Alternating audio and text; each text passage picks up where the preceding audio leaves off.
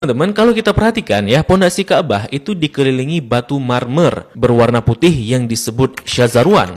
Fungsinya untuk menahan pondasi Ka'bah agar tidak rubuh atau terkikis karena dahulu daerah area Ka'bah berpasir dan terkadang berbanjir. Maka dikhawatirkan hal itu akan merobohkan Ka'bah. Oleh karenanya dibuatkanlah syazarwan ini untuk menopang pondasinya oleh orang-orang Arab dahulu. Untuk era sekarang, syazarwan ini juga berfungsi untuk menghindari adanya jamaah yang terjepit di dinding Ka'bah ketika haji. Nah, di dekat pintu Ka'bah, masih di area Syazarwan, kita akan melihat sebuah tanda berupa 8 buah batu mewah. Ini disebut dengan area Mi'jan, merupakan lokasi di mana Nabi Ibrahim dan Nabi Ismail mengadon tanah liat untuk membangun Ka'bah. Begitu pula, ini merupakan lokasi favorit Rasulullah SAW serta tempat di mana Jibril mengajarkan salat kepada Nabi Muhammad SAW.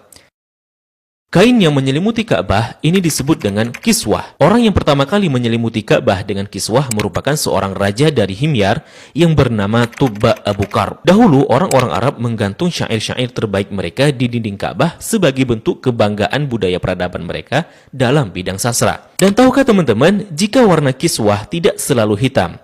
Pada awalnya berwarna putih bergaris merah dari Yaman, kemudian menjadi putih, menjadi merah, kuning, hijau, dan yang terakhir hitam hingga sekarang. Tulisan kaligrafinya ditulis dengan benang emas bertuliskan ayat-ayat Al-Quran. Kiswah juga memiliki kain dalaman berwarna putih yang disebut bithana kiswah untuk meresap panas dari dinding Ka'bah. Biasanya kain kiswah diganti pada tanggal 9 Dzulhijjah dan bekasnya dipotong-potong untuk dihadiahkan kepada orang-orang tertentu. Nah, dari pintu Ka'bah, di sebelah kiri pojok Ka'bah tersimpan Hajar Aswad di dalam sebuah cangkang berwarna perak. Pintu Ka'bah sendiri berjarak 2 meter dari lantai. Pada awalnya teman-teman, pintunya sejajar dengan lantai.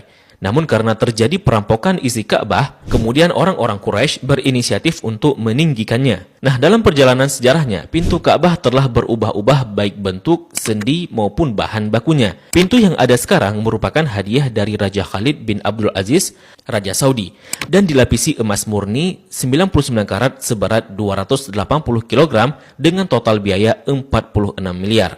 Dan itu dana dari tabungan Raja Khalid sendiri. Nah, pintu ini memiliki kunci dengan desain klasik dan secara turun-temurun sejak dahulu kala dipegang oleh keluarga keturunan Qusay bin Kilab bin Murrah. Dan pintu ini hanya dibuka 2 kali selama setahun, yakni pada awal bulan Sya'ban dan awal bulan Zulhijjah untuk dibersihkan. Dan untuk memasukinya diperlukan tangga portable. Dalam Ka'bah sendiri tidak memiliki lampu, sehingga ketika memasuki Ka'bah maka akan diterangi dengan penerangan dari luar.